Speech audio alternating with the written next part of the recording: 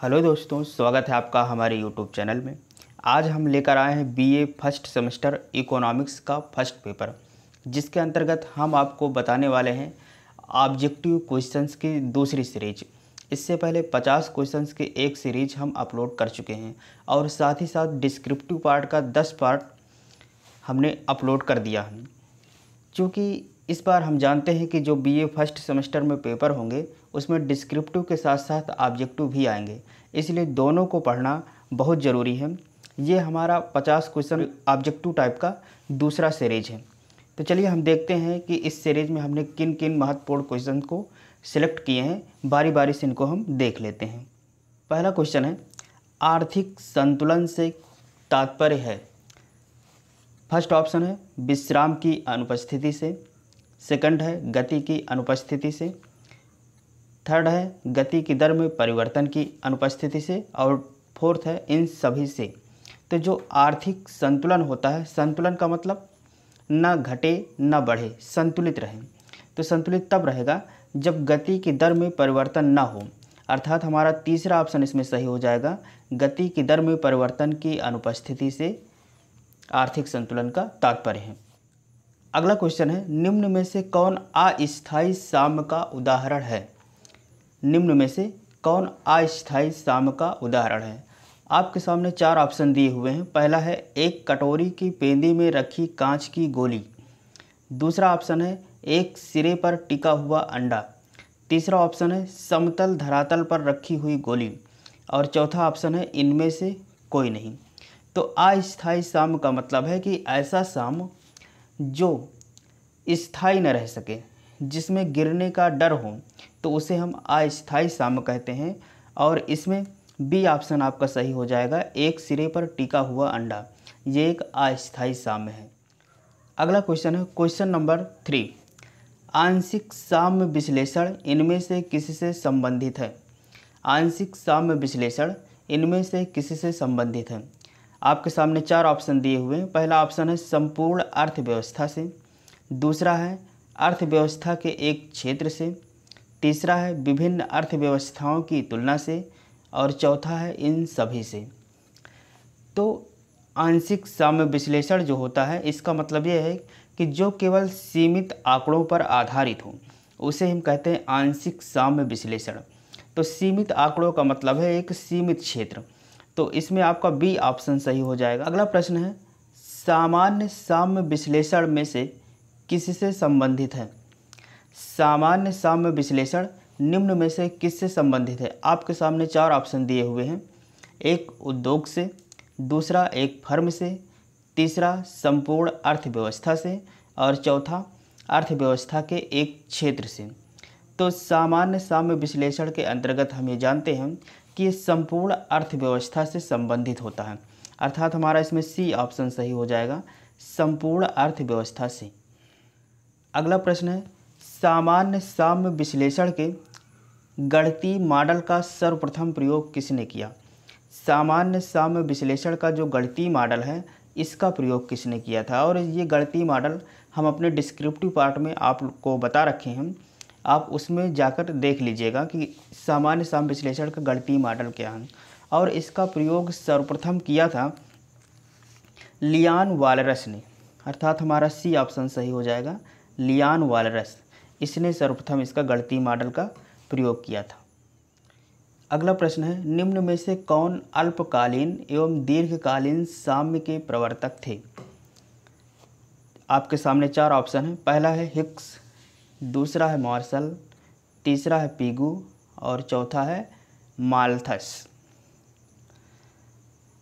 तो अल्पकालीन और दीर्घकालीन साम्य के जो प्रवर्तक माने जाते हैं, वो माने जाते हैं अर्थशास्त्री मार्शल, अर्थात हमारा बी ऑप्शन इसमें सही हो जाएगा, मार्शल। अगला प्रश्न है, स्थैतिक साम्य में समयावधि होती है। स्थैतिक साम्य में समयावधि कैसी होती है। तो पहला ऑप्शन है स्थिर होती है, दूसरा है बदलती रहती है, तीसरा है बढ़ती जाती है, और चौथा है कोई संबंध नहीं है। तो जो स्थैतिक साम्य होता है उसका मतलब है स्थिर।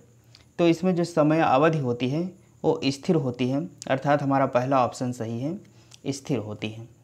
अगला प्रश्न है, आगत निर्गत इनपुट आउटपुट विश्लेषण इनमें से किससे संबंधित है? आगत निर्गत इनपुट आउटपुट विश्लेषण इनमें से किससे संबंधित है? पहला ऑप्शन है विशिष्ट साम्य से, दूसरा है सामान्य साम्य से, तीसरा है ए एवं बी दोनों से, और चौथा है इनमें से कोई नहीं। तो आगत निर्गत विश्लेषण जो होता है ये सामान्य साम्य से संबंधित होता है, क्योंकि आगत निर्गत विश्लेषण संपूर्ण अर्थव्यवस्था से संबंधित होता है, इसलिए इसमें बी ऑप्शन सही हो जाएगा, क्योंकि सामान्य साम्य ही संपूर्ण अर्थव्यवस्था से संबंधित है। अगला प्रश्न है काव्यवेव प्रमेय उदाहरण है। काव्यवेव प्रमेय उदाहरण है। इस प्रमेय के विषय में हम अपने डिस्क्रिप्टिव पार्ट में बता चुके हैं, आप प्लेलिस्ट में देख लीजिएगा। तो काव्यवेव प्रमेय का जो उदाहरण है ये प्रायोगिक साम्य का एक उदाहरण है। इसमें 4 ऑप्शन है, स्थैतिक साम्य, प्रायोगिक साम्य, सामान्य साम्य और आंशिक साम्य। तो प्रायोगिक साम्य का एक उदाहरण है काव्यवेव प्रमेय, अर्थात इसमें बी ऑप्शन आपका सही हो जाएगा, और ये एक इम्पॉर्टेंट क्वेश्चन है। अगला प्रश्न है जंगल की बनावट उदाहरण है। पहला आंशिक साम्य का, बी सामान्य साम्य का, सी प्रायोगिक साम्य का और डी स्थैतिक साम्य का। तो हमने बताया था डिस्क्रिप्टिव पार्ट में भी कि जो जंगल की बनावट है ये एक स्थैतिक साम्य का उदाहरण है। इसमें परिवर्तन नहीं होता है, जैसे जो पेड़ काटे जाते हैं उतने ही लगा दिए जाते हैं, तो उसमें कोई नुकसान नहीं होता, कोई परिवर्तन नहीं होता, तो एक साम्य अवस्था बनी रहती है। तो जो जंगल की बनावट है ये एक स्थैतिक साम्य का उदाहरण है, और इसका डी ऑप्शन सही हो जाएगा, स्थैतिक साम्य। अगला क्वेश्चन है सकारात्मक अर्थशास्त्र के लिए क्या सत्य नहीं है? सकारात्मक अर्थशास्त्र के लिए क्या सत्य नहीं है?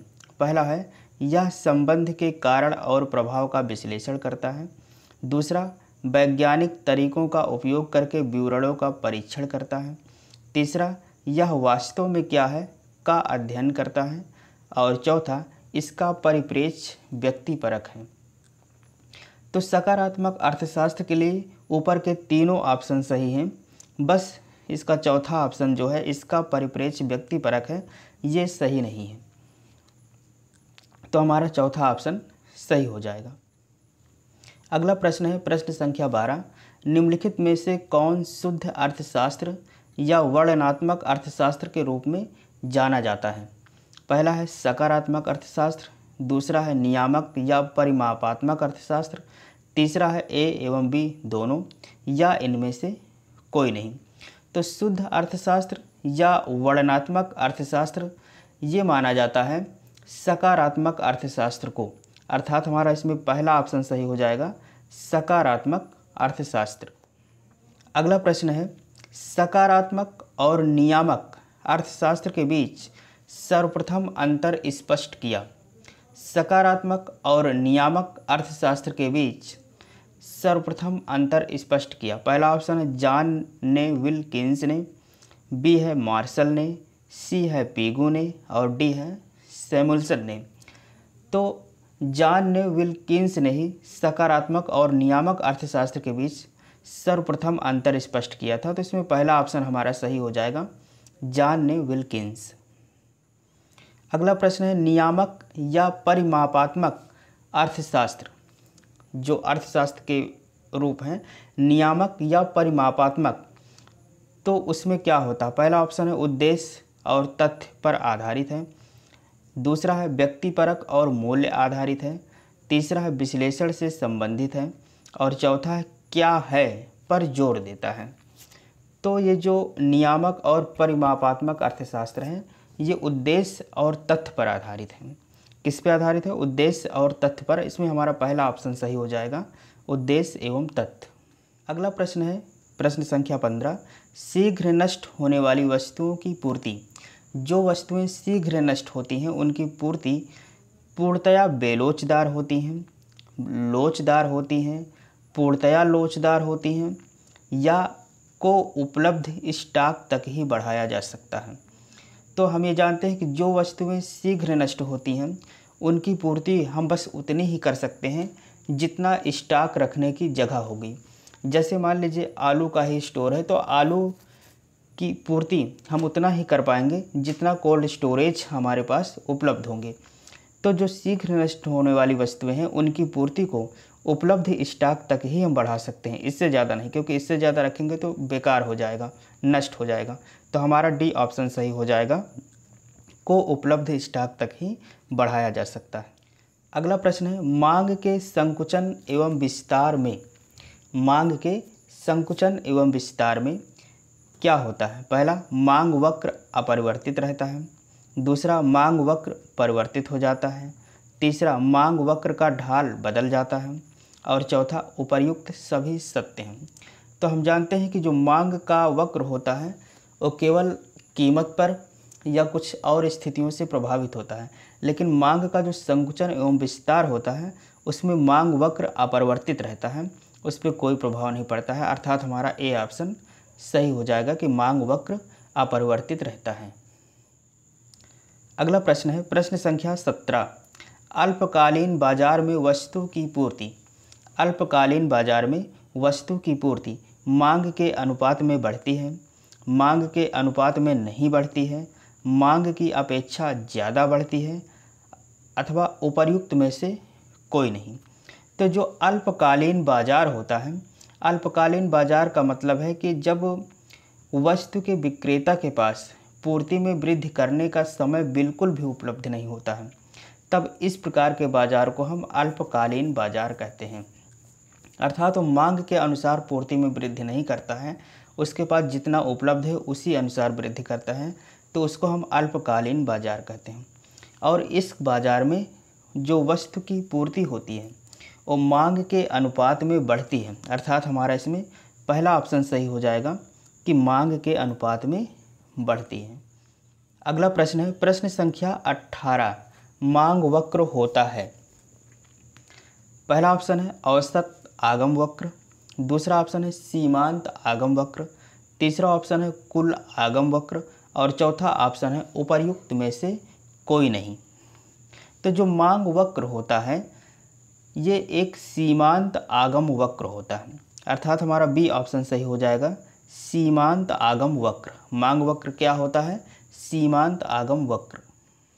अगला प्रश्न है, प्रश्न संख्या 19, यदि यह अपेक्षित है कि भविष्य में एक वस्तु का मूल्य कम होगा तो उस वस्तु की वर्तमान मांग, इसको आप व्यवहारिक रूप से बता सकते हैं कि यदि यह अपेक्षित है कि भविष्य में एक वस्तु का मूल्य कम होगा, हमें यदि पता है कि किसी वस्तु का दाम भविष्य में घट जाएगा तो वर्तमान में मांग उसकी क्या होगी? पहला ऑप्शन है बढ़ेगी, दूसरा घटेगी, समान रहेगी, अथवा कोई प्रभाव ही नहीं पड़ेगा। तो जो वर्तमान मांग है वो बढ़ेगी,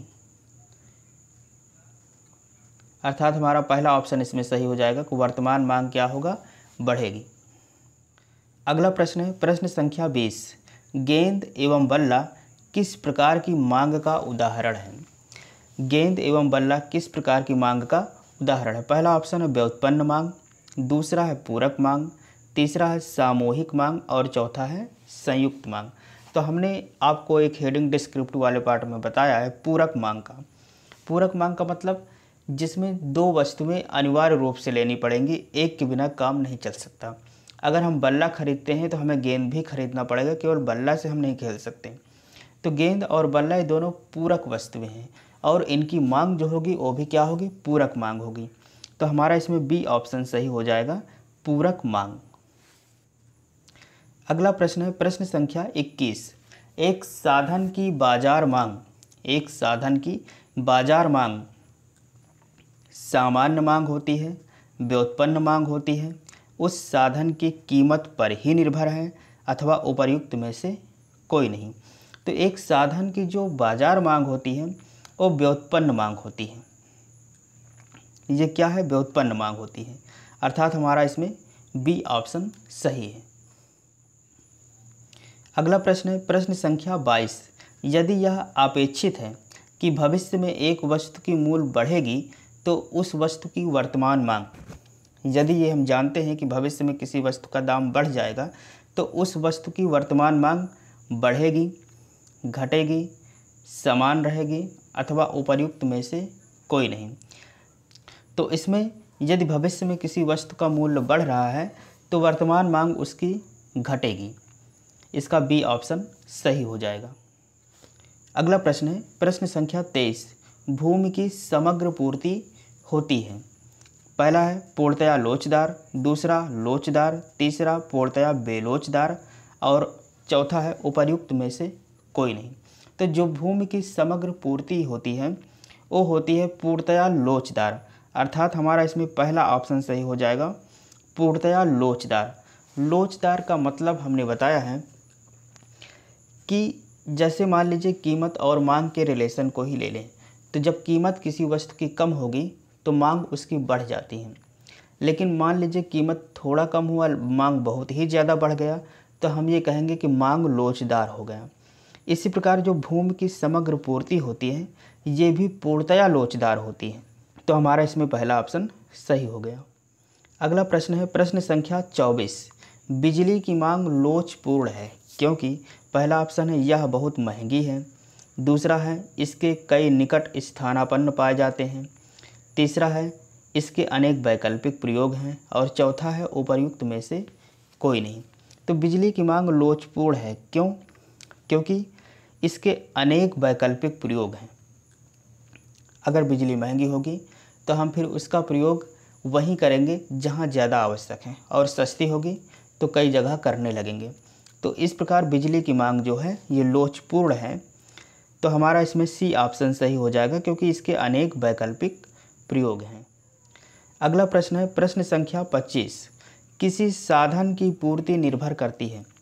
किसी साधन की पूर्ति निर्भर करती है। आपके सामने 4 ऑप्शन दिए हुए हैं। पहला है उसकी मांग पर, उसकी मौद्रिक आय पर, उसकी अवसर लागत पर और चौथा है उपर्युक्त सभी। तो जो किसी साधन की पूर्ति होती है ये निर्भर करती है उसकी अवसर लागत पर। उसकी अवसर लागत कितनी आ रही है उस पर निर्भर करती है। तो हमारा सी ऑप्शन इसमें सही हो जाएगा, उसकी अवसर लागत पर। अगला प्रश्न है प्रश्न संख्या 26, मांग का नियम लागू नहीं होता इन पर। मांग का नियम किस पर लागू नहीं होता ये हमें बताना है। तो इसमें पहला ऑप्शन है सामान्य वस्तु, दूसरा है गिफिन वस्तु, तीसरा है हीन वस्तु और चौथा है इनमें से कोई नहीं। तो जो मांग का नियम है ये गिफिन वस्तुओं पर लागू नहीं होता। गिफिन वस्तु मतलब घटिया वस्तुएं। जो वस्तुएं घटिया हैं यदि हम उसका मूल्य भी कम कर देंगे तब भी एक अमीर व्यक्ति जो पैसे वाला है वो उसे नहीं खरीदेगा, क्योंकि ख़राब वस्तुओं को कोई पसंद नहीं करता। तो मांग का नियम जो है वो गिफिन वस्तु पर लागू नहीं होता, अर्थात हमारा इसमें बी ऑप्शन सही हो जाएगा, गिफिन वस्तुएं। अगला प्रश्न है प्रश्न संख्या 27, हीन वस्तु के मांग वक्र पर आय प्रभाव के कारण पड़ने वाला प्रभाव। हीन वस्तु के मांग वक्र पर आय प्रभाव के कारण पड़ने वाला प्रभाव। पहला एक्स अक्ष के समानांतर सीधी रेखा, दूसरा दाईं ओर नीचे गिरता हुआ, तीसरा धनात्मक वक्र और चौथा वाई अक्ष के समानांतर सीधी रेखा। तो जो हीन वस्तु के मांग वक्र पर आय का प्रभाव पड़ता है ये दाईं ओर नीचे गिरता हुआ एक ग्राफ है। तो इसका बी ऑप्शन सही हो जाएगा, दाईं ओर नीचे गिरता हुआ। अगला प्रश्न है प्रश्न संख्या 28, निम्नलिखित में से कौन सा कारक मांग वक्र के बाईं ओर खिसकने के लिए उत्तरदायी है। पहला ऑप्शन है हीन वस्तु से संदर्भ में आय वृद्धि, दूसरा ऑप्शन है सामान्य वस्तु के संदर्भ में आय वृद्धि, तीसरा है जनसंख्या में वृद्धि और चौथा है भविष्य में कीमत वृद्धि की संभावना। तो जो मांग वक्र के बाईं ओर खिसकता है तो उसका उत्तरदायी केवल ये होता है कि हीन वस्तु के संदर्भ में जो आय वृद्धि होती है वो उत्तरदायी है। तो इसमें हमारा पहला ऑप्शन सही हो जाएगा, हीन वस्तु के संदर्भ में आय में वृद्धि। अगला प्रश्न है पूर्ति के नियम के अनुसार पहला कीमत व पूर्ति के मध्य धनात्मक संबंध है, दूसरा कीमत व पूर्ति के मध्य ऋणात्मक संबंध है, तीसरा कीमत व पूर्ति के मध्य स्थिर संबंध है अथवा चौथा कीमत व पूर्ति के मध्य कोई संबंध नहीं है। तो पूर्ति का जो नियम है उसके अनुसार कीमत और पूर्ति के मध्य एक धनात्मक संबंध होता है कि यदि कीमत बढ़ेगी तो पूर्ति भी बढ़ेगी, तो इसके बीच जो एक संबंध होता है वो धनात्मक संबंध होता है, अर्थात हमारा इसमें पहला ऑप्शन सही हो जाएगा, ऑप्शन ए। अगला प्रश्न है प्रश्न संख्या 23, पूर्ति में विस्तार संबंधित नहीं है। पहला ऑप्शन है फर्म के उद्देश्यों से, दूसरा है वस्तु की कीमत से, तीसरा है फर्मों की संख्या से और चौथा है उत्पादन तकनीकी से। तो पूर्ति में विस्तार संभव नहीं है, पूर्ति में विस्तार संबंधित नहीं है वस्तु की कीमत से। वस्तु की कीमत से पूर्ति में विस्तार संबंधित नहीं है, अर्थात हमारा इसमें बी ऑप्शन सही हो जाएगा, वस्तु की कीमत। अगला क्वेश्चन है क्वेश्चन संख्या 31, यदि वस्तु Y की कीमत में वृद्धि के परिणाम स्वरूप वस्तु X की मांग में वृद्धि हो तो ये दोनों वस्तुएं, अर्थात यदि एक वस्तु की कीमत बढ़ती है तो दूसरी वस्तु की मांग बढ़ जाए तो इसका मतलब है दोनों वस्तुएं क्या हैं। पहला ऑप्शन है पूरक वस्तुएं हैं, दूसरा प्रतियोगी वस्तुएं हैं, तीसरा स्वतंत्र वस्तुएं हैं, चौथा इनमें से कोई नहीं।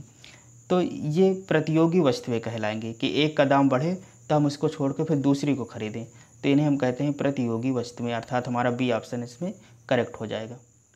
अगला प्रश्न है प्रश्न संख्या 32, वस्तु कर के आरोपण से पूर्ति वक्र पर क्या प्रभाव होगा। वस्तु कर के आरोपण से पूर्ति वक्र पर क्या प्रभाव होगा। पहला दाईं ओर खिसकेगा, दूसरा बाईं ओर खिसकेगा, तीसरा स्थिर रहेगा, चौथा इनमें से कोई नहीं। तो जो ये प्रभाव पड़ेगा वो प्रभाव ये होता है कि ये बाईं ओर खिसकेगा। किधर खिसकेगा, बाईं ओर। तो हमारा बी ऑप्शन इसमें सही होगा। अगला प्रश्न है श्रम की मांग है आय मांग, प्रत्यक्ष मांग, पूरक मांग या व्युत्पन्न मांग। तो हम जानते हैं कि जो श्रम की मांग होती है ये व्युत्पन्न मांग होती है, क्योंकि शुरुआत में ही श्रम की मांग नहीं होती। जब हमें किसी चीज़ की आवश्यकता पड़ेगी और उसके लिए धन की आवश्यकता होगी तभी हम श्रम की मांग कहेंगे। तो किसी मूल मांग के बाद जो मांग होती है तो उसको हम व्युत्पन्न मांग कहते हैं। तो श्रम की मांग जो है व्युत्पन्न मांग है, अर्थात हमारा इसमें ऑप्शन डी करेक्ट हो जाएगा। अगला प्रश्न है प्रश्न संख्या 34, यदि कोई वस्तु ऐसी है जिसके अनेक प्रयोग होते हैं। यदि कोई वस्तु ऐसी है जिसके अनेक प्रयोग होते हैं तो उसकी मांग लोचदार होगी। निम्न में से किस अर्थशास्त्री की परिभाषा है ये। पहला पीगू, दूसरा हाटे, तीसरा केन्स, चौथा मार्शल। तो ये परिभाषा दिया है अर्थशास्त्री मार्शल ने, अर्थात हमारा डी ऑप्शन सही हो जाएगा। अगला प्रश्न है प्रश्न संख्या 35, यदि वस्तुएं ऐसी हैं जिसका प्रयोग स्थगित नहीं किया जा सकता है तो उसकी लोच क्या होगी। ऐसी वस्तुएं हैं जिसका प्रयोग हम स्थगित नहीं कर सकते, उसका प्रयोग करना ही पड़ेगा, तो उसकी लोच क्या होगी। पूर्णतया लोचदार, बेलोच, इकाई से कम लोच, इकाई से अधिक लोच। तो ये पूर्णतया बेलोच होगी, क्योंकि इसमें कोई लोच नहीं होगा, उसको तो हम एक सीमित रूप से प्रयोग करेंगे ही। तो इसमें हमारा बी ऑप्शन सही हो जाएगा। अगला प्रश्न है प्रश्न संख्या 36, समाज में धन के असमान वितरण होने पर मांग की लोच किस प्रकार होगी। धन के असमान वितरण का मतलब कि अगर कोई के पास ज़्यादा धन है या किसी के पास कम धन है तो ऐसी स्थिति में लोच किस प्रकार की होगी। तो पहला ऑप्शन है लोचदार, दूसरा है पूर्ण लोचदार, तीसरा है शून्य लोच और चौथा है बेलोच। तो ऐसी स्थिति में जो मांग की लोच होगी वो बेलोच होगी, अर्थात हमारा इसमें डी ऑप्शन सही हो जाएगा, बेलोच। अगला प्रश्न है निम्न में से आय लोच किस प्रकार की होती है। जो आय की लोच है वो किस प्रकार होती है। धनात्मक, ऋणात्मक, स्थिर अथवा अनंत। तो जो आय की लोच होती है ये धनात्मक होती है, अर्थात हमारा पहला ऑप्शन इसमें सही हो जाएगा, धनात्मक। 38 प्रश्न संख्या 38, सिंथेटिक इकोनॉमिक्स निम्नलिखित में से किस अर्थशास्त्री की रचना है। सिंथेटिक इकोनॉमिक्स किस अर्थशास्त्री ने लिखा है। पहला है मार्शल, दूसरा एंजिल, तीसरा पीगू और चौथा थॉमस मोर। तो इसको लिखा है अर्थशास्त्री थॉमस मोर ने, अर्थात हमारा इसमें डी ऑप्शन सही हो जाएगा। अगला प्रश्न है आड़ी लोच का विचार सर्वप्रथम किस अर्थशास्त्री ने दी। आड़ी लोच का विचार सर्वप्रथम किस अर्थशास्त्री ने दी। पहला है थॉमस मोर, दूसरा मार्शल, तीसरा स्मिथ, चौथा केन्स। तो इसका विचार भी सर्वप्रथम अर्थशास्त्री थॉमस मोर ने दी थी, अर्थात हमारा इसमें पहला ऑप्शन करेक्ट हो जाएगा। अगला प्रश्न है प्रश्न संख्या 40। यदि उपभोक्ता की आय 80, एक्स वस्तु का मूल्य ₹8 तथा वाई वस्तु का मूल्य ₹5 है। उपभोक्ता की आय कितनी है? 80। एक वस्तु का दाम ₹8 है और दूसरे वस्तु का दाम 5 है। तो रेखा एक्स और वाई अक्ष पर क्रमशः बिंदु होंगे। रेखा एक्स और वाई अक्ष पर क्रमशः बिंदु होंगे। तो चूँकि अगर कोई केवल एक्स वस्तु को ही खरीदे तो कितने मिलेगा? 10, और वाई वस्तु को खरीदे तो कितना मिलेगा? 16, क्योंकि 16 पंचे 80। तो एक्स और वाई अक्ष पर जो बिंदु होगा वो होगा 10 एवं 16, अर्थात हमारा इसमें बी ऑप्शन सही हो जाएगा। अगला प्रश्न है प्रश्न संख्या 41। मांग की लोच का मापन निम्नलिखित सूत्र द्वारा होता है। मांग की लोच का मापन निम्नलिखित सूत्र द्वारा होता है। पहला, मूल्य में प्रतिशत परिवर्तन द्वारा मांग की मात्रा का प्रतिशत परिवर्तन। दूसरा, मांग की मात्रा में आनुपातिक परिवर्तन द्वारा मूल्य में आनुपातिक परिवर्तन। तीसरा, कुल मांग की मात्रा द्वारा मूल्य। और चौथा, ए एवं सी दोनों। तो हमारा इसमें ए ऑप्शन सही हो जाएगा कि मूल्य में प्रतिशत परिवर्तन द्वारा मांग की मात्रा में प्रतिशत परिवर्तन, यही है मांग की लोच का मापन। अगला प्रश्न है प्रश्न संख्या 42। यदि मूल्य में वृद्धि होती है एवं मांग की लोच 1 से कम हो तो उपभोक्ता व्यय घटेगा, बढ़ेगा, समान रहेगा या इनमें से कोई नहीं। तो उपभोक्ता व्यय जो होगा ये घटेगा, क्योंकि अगर मूल्य बढ़ेगा और मांग की लोच 1 से कम है तो उपभोक्ता व्यय फिर क्या होगा? घटेगा। इसमें हमारा पहला ऑप्शन सही हो जाएगा। अगला प्रश्न है प्रश्न संख्या 43। यदि मांग की आड़ी लोच का मान ऋणात्मक है तो वस्तुएं होंगी। यदि मांग की आड़ी लोच का मान ऋणात्मक है तो वस्तुएं होंगी। पहला है पूरक, दूसरा प्रतियोगी, तीसरा पूर्ण स्थानापन्न और चौथा उपर्युक्त सभी। तो आड़ी लोच का मान ऋणात्मक होने पर जो वस्तुएं हैं वे पूरक होंगी, अर्थात हमारा इसमें पहला ऑप्शन सही हो जाएगा, पूरक। अगला प्रश्न है प्रश्न संख्या 44। एक सरल रेखीय मांग वक्र के मध्य बिंदु पर मांग की लोच होगी। एक सरल रेखीय मांग वक्र के मध्य बिंदु पर जो मांग की लोच होगी वो कितनी होगी? पहला, इकाई से अधिक, दूसरा इकाई से कम, तीसरा इकाई के बराबर और चौथा 0 के बराबर। तो ऐसी स्थिति में एक सरल रेखीय मांग वक्र के मध्य बिंदु पर जो मांग की लोच होती है वो इकाई के बराबर होती है, अर्थात हमारा इसमें तीसरा ऑप्शन सही हो जाएगा। अगला प्रश्न है प्रश्न संख्या 45। धनी व्यक्ति के लिए मांग की लोच का स्वरूप क्या होता है? धनी व्यक्ति के लिए मांग की लोच का स्वरूप क्या होता है? पहला ऑप्शन है लोचदार, दूसरा बेलोचदार, तीसरा अत्यधिक लोचदार और चौथा आय का मांग की लोच से संबंध नहीं है। तो धनी व्यक्ति के लिए जो मांग की लोच का स्वरूप होता है वो बेलोचदार होता है, क्योंकि अगर धनी है तो चाहे वस्तुएं महंगी हो चाहे सस्ती हो उसके ऊपर कोई असर नहीं, वो तो खरीदेगा ही। तो उसके लिए क्या होता है? बेलोचदार। ये हमने मांग की परिभाषा में भी पढ़ाया है, जो लोच का टॉपिक हम बता रहे थे तो उसमें हमने बताया है। अगला प्रश्न है प्रश्न संख्या 46। अपेक्षाकृत कम लोचदार पूर्ति के संदर्भ में पूर्ति वक्र धनात्मक वाई अक्ष पर अवरोध बनाता है। एक लंबवत सीधी रेखा वाई अक्ष के समांतर होती है, धनात्मक अक्ष पर अवरोध बनाता है और एक्स अक्ष के समांतर सीधी रेखा है। तो इसमें हमारा ऑप्शन सही हो जाएगा बी। ये एक लंबवत सीधी रेखा वाई अक्ष के समानांतर होती है। अगला प्रश्न है प्रश्न संख्या 47। जब वस्तु की कीमत में 15% वृद्धि के परिणाम स्वरूप वस्तु की पूर्ति में 10% वृद्धि हो तो पूर्ति लोच होगी, अर्थात जब वस्तु की कीमत 15% बढ़ जाए और वस्तु की पूर्ति भी 10% बढ़ जाए तो जो पूर्ति की लोच है वो क्या होगी?